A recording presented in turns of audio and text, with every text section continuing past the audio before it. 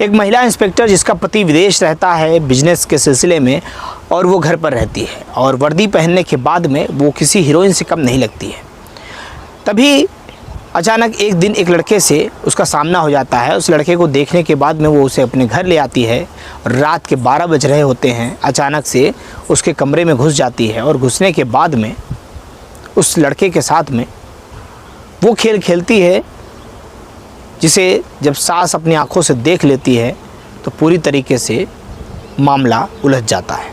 नमस्कार, मैं श्रवण कुमार और आप देख रहे हैं स्टोरी 8 PM। दोस्तों, ये सच्ची कहानी है हरियाणा की। हरियाणा में एक गांव है और उस गांव के अंदर शादी बड़ी धूमधाम से होती है। पति जो है वो विदेश के अंदर बिजनेसमैन रहता है और जो लड़की रहती है उसकी नई नवेली नौकरी लगी रहती है और उम्र महज 22 वर्ष रहती है।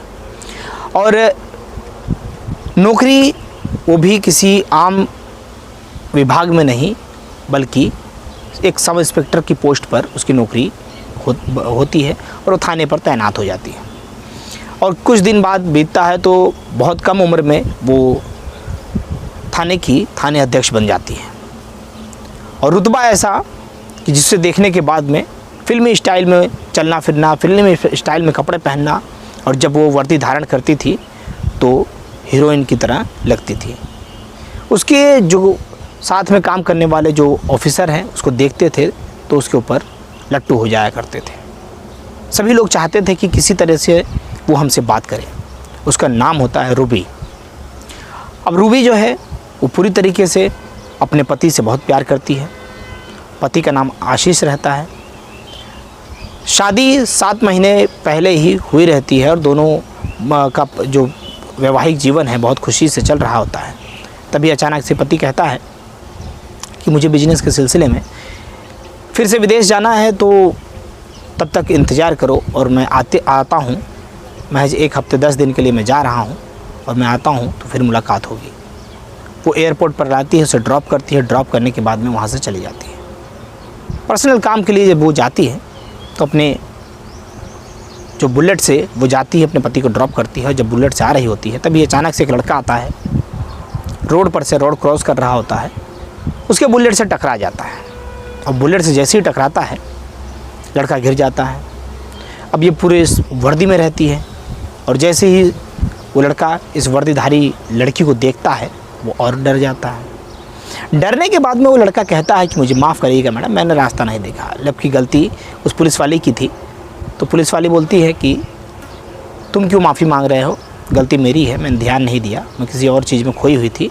मेरे पति आज विदेश जा चुके हैं तो मैं उन्हीं की याद में सोच रही थी और इसी बीच में तुम आ गए और इसी से तुम टकरा गए। तो तुम इतना डर क्यों रहे हो, आओ बैठो, कहाँ जाओगे। अब वो लड़का कहता है कि मुझे तो पास में ही जाना है और मेरा कोई ठिकाना नहीं है, मैं रेलवे स्टेशन पे सोता हूँ, घर से निकल के आया हूँ कुछ नौकरी के तलाश में, क्योंकि मैं बड़ा गरीब परिवार से हूँ, मेरी बहन की शादी करनी है, माता पिता बहुत गरीब हैं और मैं रहने वाला बिहार का हूँ। अब लड़की या पुलिस इंस्पेक्टर जो रहती है वो सुनती है तो वो थोड़ा सोचने पे मजबूर हो जाती है। वो कहती है कि चलिए ठीक है, क्या करते हो, कहाँ तक पढ़ाई कर रखी है। वो कहता है कि मैंने ग्रेजुएशन कर रखा है, मैं पढ़ा लिखा हूँ, किसी नौकरी की तलाश में आया था, नौकरी मुझे मिल नहीं रही है, इस कारण से मुझे रेलवे स्टेशन पे सोना पड़ता है। अब वो कहती है कि चलो मैं तुम्हें नौकरी देती हूँ। उसे याद आता है कि जब पति घर से चला गया है और घर पे ससुर जो है वो पहले ही इस दुनिया को छोड़ के जा चुके हैं और अकेली एक सास है और मैं हूँ, तो हमारे घर पे सब्ज़ी लाने का काम और घर की साफ़ सफाई का काम ये रहेगा तो करता रहेगा। अब लड़का जो है वो अपना नाम राजकुमार बताता है। कहती है कि राजकुमार, मेरे पास एक काम है, अगर तुम करना चाहो तो कर सकते हो। राजकुमार बहुत खुश हो जाता है क्योंकि कई दिनों से वो एक ही कपड़े पहन रहा था। खाने के लिए उसके पास में कोई बहुत अच्छे खाना नहीं मिलता था। जो मिल जाता था ट्रेन के में से जो यात्री जाया करते थे उसको 1-2 रोटी दे दिए करते थे। अब वो पूरी तरीके से बड़ा खुश हो जाता है। वो कहता है कि मैडम मुझे करना क्या होगा, मुझे सैलरी कितनी मिलेगी। वो कहती है कि देखो सैलरी तो मैं तुम्हें कम दूंगी, महज 10,000 रुपये ही दे पाऊँगी, लेकिन तुम्हें खाना पीना और रहने का सब कुछ फ्री रहेगा। अब इतने में राजकुमार जो है बहुत खुश हो जाता है, कहता है इतनी सैलरी मेरे लिए बहुत है और सबसे बड़ी बात आप देश सेवा कर रही हैं और राष्ट्र सेवा कर रही हैं, पुलिस अधिकारी हैं, आपके यहाँ पे काम करने का मुझे सौभाग्य प्राप्त हुआ, ये मेरे लिए बहुत अच्छी बात है। अब वो कहती कि ठीक है बुलेट पे बैठो, आओ मैं तुम्हें ले चलती हूँ। वो ले जाती है, पहले उसे अच्छे अच्छे 3-4 जोड़ी कपड़े दिलाती है, कपड़े दिलाने के बाद में चप्पल दिलाती है और उसके लेकर के अपने घर पर पहुँचती है। जैसे ही घर पहुँचती है, सास डोर बेल बजाती है, सास दरवाज़ा खोलने जब आती है, उसके साथ में इस लड़के को जब वो देखती है तो दंग रह जाती है। कहती है बहू ये कौन है, अभी तुम पति को छोड़ के आई और ये दूसरे लड़के को लेके आ गई, कौन लड़का है।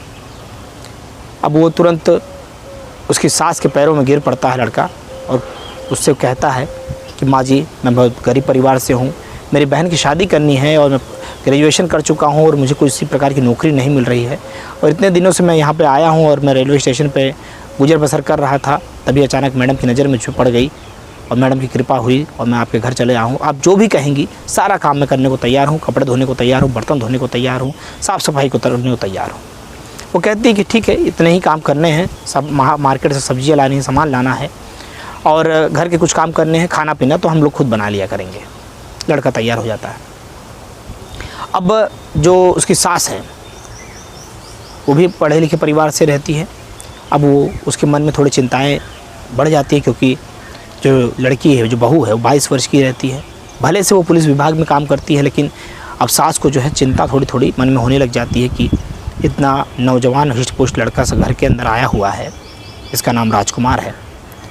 हो सकता है कि कभी मेरी बहू का मन इसके साथ में बदल न जाए या मेरी बहू का मन जो है फिसल न जाए। वो बार बार पूरा ध्यान रखा करती थी, बहू कब सो रही है, कब जग रही है, कब राजकुमार कौन से कमरे में सो रहा है, तो रात भर वो जाग करके देखा करती थी। तो बहू जो थी वो तो थाने में थानाध्यक्ष थे ही सही, तो वो उसे पूरी तरीके से जानकारी होने लग जाती है कि सास जो है मेरी उस पर शंका कर रही है, मुझ पर निगाहें रख रही है। और जब बहू जो है पति के 3 दिन 4 दिन जब बीत चुका होता है तो फ़ोन लगाती है, बात होती है, तो पति कहता है कि मुझे 1 महीने तक रुकना पड़ सकता है और मुझे बड़ी याद आ रही तुम्हारी। पत्नी भी कहती है मुझे भी बहुत याद आ रही है। रात को दोनों से एक दूसरे वीडियो कॉल पे बात करना शुरू करते हैं। अब वीडियो कॉल पे बात करते करते वो एक दूसरे से इतना ज़्यादा ऐसा महसूस करते हैं कि वो दोनों एक दूसरे के पास में हैं। वो सारी गंदी हरकतें करना शुरू कर देते हैं जो एक पति पत्नी साथ में रहकर करते हैं। अब धीरे धीरे अब पति जो है वो पास में तो था नहीं, लेकिन जो वो पुलिस इंस्पेक्टर थी वो पूरी तरीके से महसूस कर रही थी कि पति उसका उसी के पास में है। अब वो पूरी तरीके से जब गर्म हो जाती है, या कह सकते हैं कि पूरी तरीके से उसके अंदर की काम भावना जब जागृत हो जाती है, अब उसे संतुष्टि की आवश्यकता थी, उसे एक पुरुष की आवश्यकता थी, उसे एक मर्द की आवश्यकता थी। अब वो ढूंढे तो ढूंढे किसको, जाए तो जाए कहाँ। तो उसको याद आया कि राजकुमार जो है वो हिष्ट पुष्ट है, गांव का देसी लड़का है, क्यों ना उसी के पास चला जाए, उसी से कुछ बातचीत किया जाए। वो नाइटी पहनती है और नाइटी इतनी सेक्सी रहती है, पहनने के बाद में वो बेहद खूबसूरत लगती है। वो जाती है, धीरे से राजकुमार का दरवाज़ा खटखटाती है। पहले तो अपने सास को देखती है, सास कमरे में सो रही होती है। मौका देख करके राजकुमार का कमरा डोरबेल बजा करके हल्का सा दरवाज़ा खटखटा कर अंदर चली जाती है। राजकुमार उसे देखता है तो दंग रह जाता है। रात के 12:30 बज रहे होते हैं। अब राजकुमार की आंखें जो है फटी की फटी रह जाती है, क्योंकि पहली बार उसने इतनी खूबसूरत लड़की को सामने से देखा था, जो कि कोई हीरोइन से कम नहीं थी। उसे नाइटी में जब वो देख लेता है तो पूरी तरीके से वो मदहोश हो जाता है। और ऊपर से जो रूबी थी वो राजकुमार के ऊपर पूरा प्यार न्यौछावर करने के लिए तैयार थी। वो अंदर से दरवाज़ा बंद कर देती है। अब पूरी तरीके से राजकुमार को अपनी बाहों में जकड़ करके उसके साथ में पूरी रात भर शारीरिक संबंध बनाती है और सुबह जल्द ही 4 बजे उठ करके अपने कमरे में चले जाती है। इधर सास को भी पता नहीं चलता है। सुबह जब फिर से सब लोग उठते हैं, राजकुमार भी उठता है, घर की साफ़ सफाई करता है, उसके बाद में चाय बना करके अपनी उसकी सास को देख करके उसकी मालकिन को देख के आता है। फिर जो सब इंस्पेक्टर रहती है दारोगा के पास भी जाता है, चाय देता है और उसे गुड मॉर्निंग कहता है। अब पूरी तरीके से जो रूबी थी वो राजकुमार की रात वाली उस सीन को पूरी तरीके से याद कर रही होती है। चाय की चुस्कियाँ लिया करती है और राजकुमार वहीं पर खिड़की और अलमारी उसका पोछा लगा रहा होता है, वो देख रही होती है और राजकुमार के बदन को देख करके उसके अंदर मदहोशी फिर से छा जाती है। अब वो चाय रखती है और धीरे से दरवाज़ा बंद करके सुबह के समय पे ही राजकुमार के साथ में फिर से संबंध बनाने लग जाती है। अब जब संबंध बना रही होती है तो नीचे हॉल के अंदर उसकी जो सास रहती है वो चाय पी रही होती है। अब सिसकियों की आवाज़ जैसे ही सास के कान में जाता है, अब सास पहले तो इग्नोर करती है, लेकिन जब देखती है कि जो दारोगा रहती है वो पूरी तरीके से गर्म हो चुकी होती है, क्योंकि नई नवेली शादी हुई थी और पति जो है वो घर से जा चुका होता है और रात में ही उस नौकर के साथ में वो रातें रंगीन की रहती है, लेकिन सुबह फिर से उसको देखने के बाद में उसका मन जो है मानता नहीं है, ललच जाता है। और अंदर से दरवाज़ा बंद रहता है और जो सास रहती है वो आती है और ज़ोर ज़ोर से बाहर से दरवाज़ा पीटने लग जाती है। दरवाज़ा नहीं खुलने पर सास जो है बाहर के लोगों को आवाज़ लगाना शुरू कर देती है। अब आसपास के लोग भी इकट्ठा हो जाते हैं। सभी लोग जब वहाँ पर एकत्रित हो जाते हैं तो सब लोग मिल करके दरवाज़ा खटखटाते हैं, दरवाज़ा नहीं खुलता है। सब लोग तुरंत मौके पर उसी थाने पर, जिस थाने पर वो थाना अध्यक्ष होती है, उसी थाने पर फ़ोन लगा देते हैं और यहाँ पर दोनों पूरी तरीके से चरम सुख पर का आनंद ले रहे होते हैं। जो बहू है अब वो ज़ोर ज़ोर से चिल्ला रही होती है कि राजकुमार और तेज़ी से करो, और तेज़ी से करो।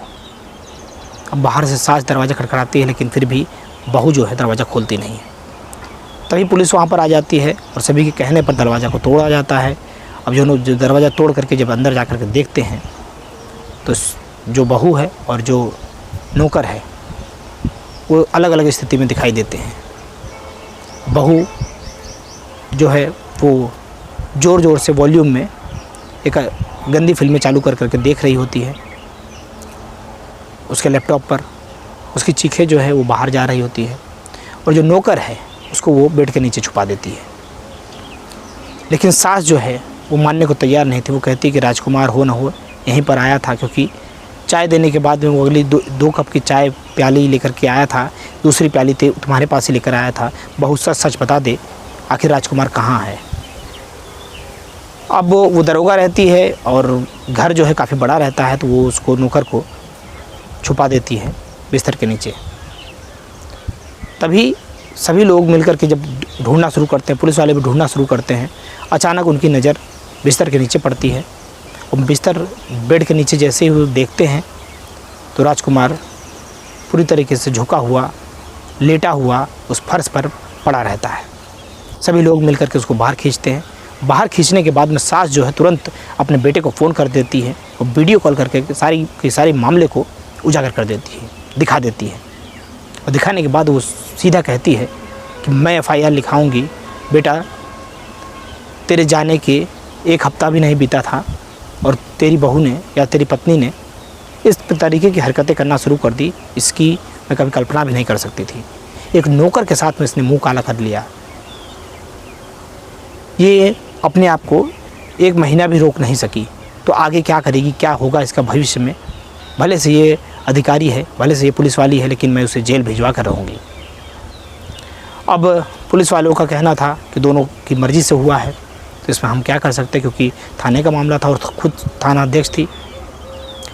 उसकी जो माँ है लड़के की, आशीष की, वो कोर्ट से पूरे मामले को करती है और उसके बाद में रूबी को और उस राजकुमार को दोनों को जेल भेज दिया जाता है। पूरा मामला जो है जैसे ही मीडिया के माध्यम से और अखबारों के माध्यम से सामने आता है, सभी लोग चकरा जाते हैं, सभी लोग चिंतित हो जाते हैं कि समाज में आजकल क्या हो रहा है। दोस्तों, ये कहानी सुनाने का उद्देश्य हमारा किसी व्यक्ति विशेष को ठेस पहुंचाना मकसद नहीं है, तो आपको जागरूक करना है, सजग करना है, ताकि आप अपने जीवन में सजग रहें, जागरूक रहें और किस प्रकार से एक नया रिश्ता, एक नई संबंध जो कि महज 7 महीने बीते थे शादी के, वो तार हो गया फिर सिर्फ़ और सिर्फ अपनी हवस की प्यास बुझाने के लिए। अगर उस दारोगा को थोड़ा भी संयम रहता, अपने पति का अगर वो इंतज़ार कर लेती, तो आज उसका जो मान सम्मान था वो बना रहता। महज 22 साल की उम्र में वो थाना अध्यक्ष के पद पर बैठी थी, उसको इस प्रकार की हरकतें नहीं करनी थी। समाज के अंदर से उसकी जो है बुराइयाँ इतनी ज़्यादा फैल गई है कि आने वाले समय में हो सकता है कि उसकी नौकरी भी चली जाए। देखना है इसमें कोर्ट कानून क्या फ़ैसला लेते हैं, और लेकिन आपके नज़रिए से आप क्या देखते हैं कि क्या रूबी सही थी या रूबी गलत थी। या उसकी सास सही है या उसका पति सही है, या इसमें राजकुमार की कितनी गलती है? आप क्या सोचते हैं? अपनी प्रतिक्रिया दीजिएगा। और वीडियो अच्छा लगा हो तो लाइक कर दीजिएगा, और चैनल पर नए हो तो चैनल को सब्सक्राइब कीजिएगा। मिलते हैं फिर किसी नेक्स्ट वीडियो में। जय हिंद, जय भारत।